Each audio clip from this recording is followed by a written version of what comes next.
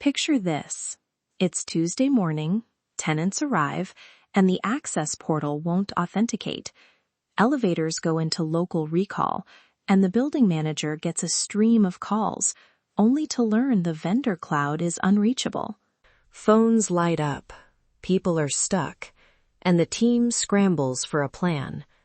How did a cloud outage turn into an operational emergency? Right. This matters in the field. From an operational standpoint, that single point of failure creates immediate business risk.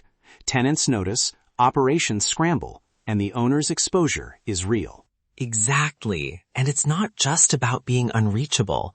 Latency-sensitive control loops, privacy rules, and bandwidth spikes change the calculus.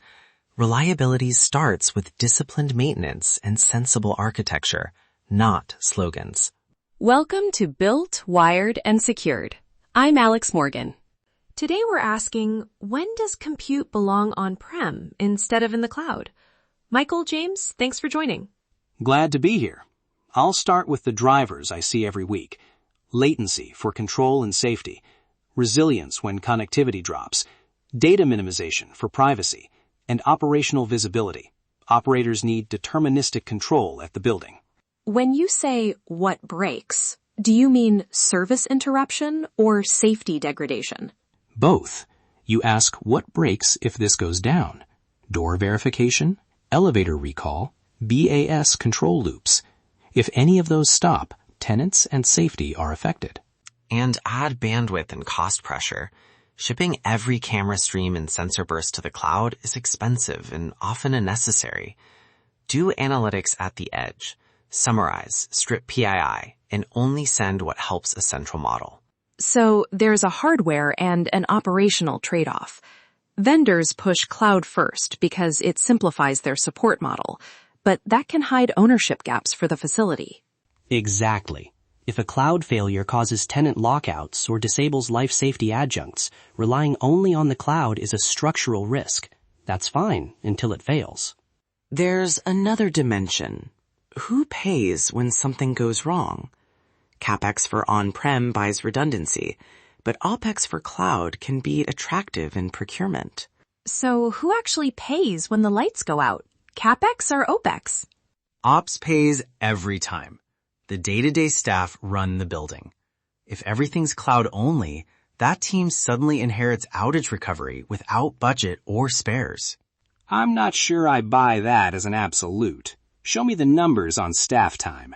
Some owners are willing to accept higher OpEx because they don't want the capital sink and prefer vendor-managed SLAs. Fair pushback. But the hidden cost is response time and lost productivity. A single 4-hour outage that requires manual overrides can cost more in labor and tenant impact than a modest CapEx investment spread over 5 years. Concrete rules of thumb. Let's make this usable. James, what stays on-prem? Michael, where does cloud fit? Keep on-prem anything requiring deterministic milliseconds to seconds response, primary BAS loops, local alarm logic, access control fallback, and elevator controllers. Those must work even with no WAN. Cloud is great for long-term analytics, cross-site ML, aggregated reporting, and centralized backups, where latency isn't critical and the business impact of a delay is low. And privacy rules. Process less off-site, anonymize what you must, and keep PII local when regs demand it. Right? Right. Minimize data exported. For sensitive video or healthcare telemetry, do local redaction and ship only metadata unless there's a clear legal justification. Operations and life cycle. Name the owner, yes? What belongs in contracts and playbooks?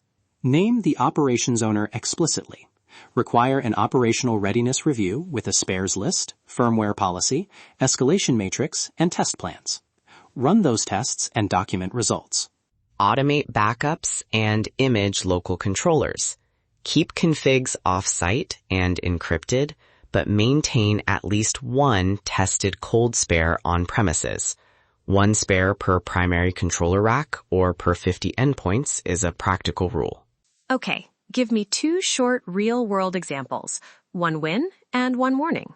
Positive, a 200,000 square foot campus with 3 elevator banks and distributed BAS put local controllers and a small analytics node on Prem. A regional fiber cut lasted 6 hours. Local systems continued, only central reporting paused. Tenants didn't notice. Recovery followed a practiced runbook. Warning. A multi-tenant building went cloud-only for access control. Initially, doors used cached credentials, but the cache expired after 4 hours, and the vendor outage stretched past 12 hours. Staff had no local override. Tenant access and security verification were disrupted. Oof. So the concrete mitigations are local fallback logic, cached credentials with a known expiry policy, and a tested human procedure for overrides. Agreed? Agreed. And never rely solely on vendor SLAs as an operational plan. Instead, design how you operate during that SLA window. One last operational tip. Exercise offline modes annually and include those results in budget cycles. If your team can't restore local access in a controlled test, the architecture needs rework. Before we go, a concise checklist listeners can use immediately. Checklist. 1. Identify the functional impact. What stops if the cloud is unreachable? 2. Require an offline or degraded mode. 3. Set an RTO for critical controls. Example, restore local access within 1 hour. 4. Confirm spares and a firmware strategy. 5. Minimize sensitive data sent off-site. Add, test the offline mode at least annually. Keep one tested cold spare per primary controller rack or per 50 endpoints, and ensure local staff have credentials and tools to act. Push procurement with authorizational cost models for outage scenarios. If you want a ready-made checklist, head to the episode page to download ours. And if your team is evaluating a cloud-first proposal, book a 20-minute operational readiness conversation with GDS Technology. Short, focused, and designed to surface hidden risks. One final line to keep the conversation grounded. Always ask, what breaks if this goes down? If you frame decisions by consequences, architecture choices get practical. And remember, reliability starts with disciplined maintenance. The best day in operations is the one nobody notices, so plan for the days people will notice. That wraps up Built, Wired, and Secured. Today we focused on practical criteria for placing compute at the edge versus the cloud, and why planning for offline modes, ownership, and spares matters. Thanks for spending a few minutes with us. Built to last, wired with intention, secured for the real world.